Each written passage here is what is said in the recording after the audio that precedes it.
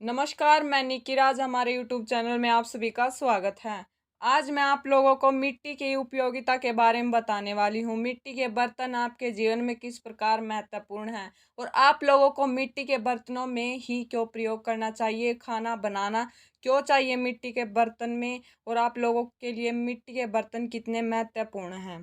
खेत की मिट्टी माइक्रोन्यूट्रिएंट्स का खजाना है, जो भोजन खेत में पकने में लगता है। देखिए, आपके खेत में फसल जितना समय पकने में लगाती है, उतना ही समय आपके घर में भोजन पकने में लगाता है। इसलिए मिट्टी के बर्तन में आप लोगों को अपना भोजन पकाना चाहिए, क्योंकि जितना समय भोजन को पकने में लगेगा, वो उतना ही पौष्टिक तत्वों से भरपूर होगा।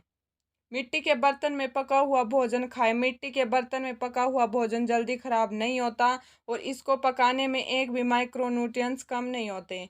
मिट्टी, कांसे, पीतल या स्टील के खुले बर्तन में खाना पकाएं।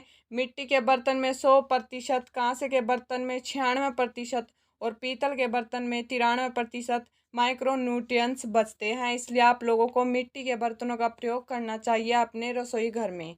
मिट्टी के बर्तन बायोडिग्रेडेबल क्यों क्योंकि नष्ट होने के बाद पुनः मिट्टी में ही मिल जाते हैं। डायबिटीज़ के मरीजों को मिट्टी के बर्तन में पका हुआ भोजन ही करना चाहिए।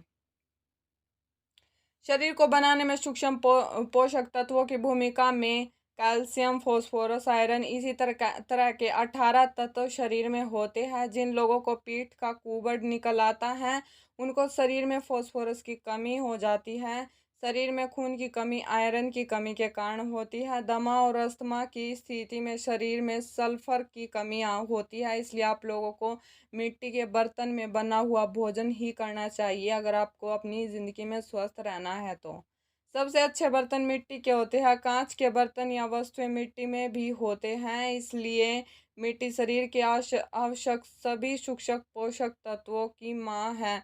Phosphorus, sulphur, zinc, magnesium, manganese, iron और तत्व मिट्टी मिट्टी से ही मिलते हैं। मिट्टी ने लाखों करोड़ों साल से सूर्य की धूप में जो तपस्या की है, उसी का आज ये परिणाम है कि इसमें सभी पोषक तत्व विद्यमान हैं, जो कि किसी भी जीव को चाहिए, जो इस मिट्टी से किसी न किसी रूप में जुड़ा है। कैल्शियम और आयरन की कमी के कारण ज़्यादातर बच्चे ऑपरेशन के द्वारा पैदा होते हैं। आप लोगों को मिट्टी के बर्तनों का प्रयोग करना चाहिए। शुद्ध लोहे का बर्तन ज़्यादा अच्छा होता है स्टेनलेस स्टील के बर्तनों की तुलना में।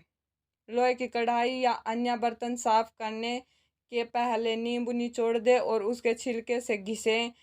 उसके बाद बर्तन साफ करें। काली मिट्टी का तवा गेहूं की रोटी के लिए सबसे अच्छा होता है। लाल मिट्टी का तवा गेहूं की रोटी के लिए भी अच्छा होता है। इसलिए आप लोगों को मिट्टी के बर्तनों का प्रयोग करना चाहिए अपने रसोई घर में। भारत के ज़्यादातर मंदिरों में प्रसाद मिट्टी के बर्तनों में ही बनता है। भारत में गुजरात, राजस्थान और भी कई राज्यों में करोड़ों लोग आज भी मिट्टी के बर्तनों में खाना पकाते हैं। मिट्टी ऊष्मा की कुचालक है।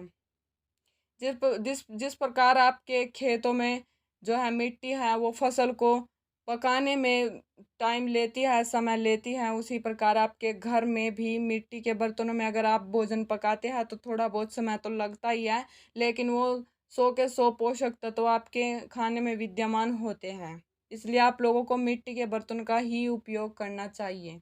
धन्यवाद।